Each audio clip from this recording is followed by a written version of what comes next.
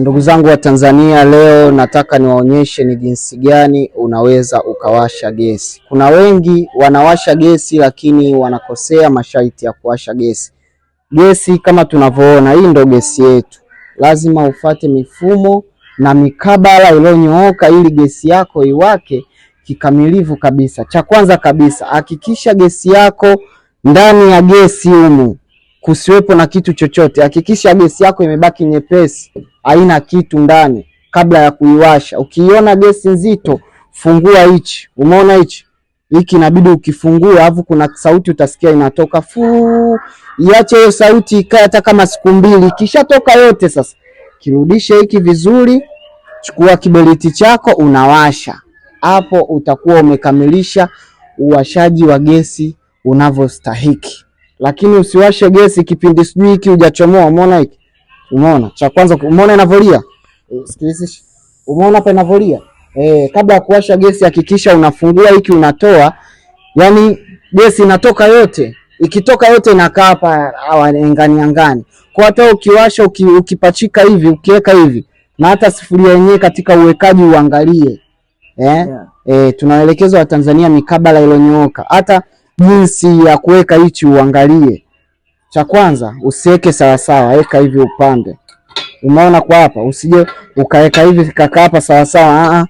Umeona hapa ukiweka sufuria inakaa, haitakiwi. Sufuria inabidi iive vizuri, kidogo weka kiupande fulani kama sufuria inataka kukaa hivi, ili mchemko uwe mzuri zaidi. Sijui umeona hapo, utakuwa umekamilisha uwashaji. Alafu kingine, kwenye jiko la gesi jamani, tuzingatie kuna kitu wengi wanaharibu. Hiki ndio kikubwa, wengi sana wanaharibu.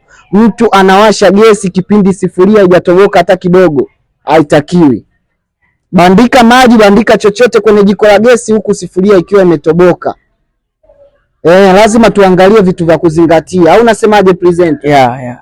Watu inabidi waelekezwe. Watu wanabandika maji kwenye jikoni alafu sufuria haijatoboka. Jiko la gesi unafikiri wanatarajia nini? Si anaweza akatokea maafa. Mimi naelekeza sitaki atokee maafa, ndio maana nasemaje wabandike sufuria jikoni huku ikiwa imetoboka. Wa Tanzania kama alivyosema bwana huyu, jinsi ya kuwasha gesi kama umeelezea. Je, turudie ama mmeelewa?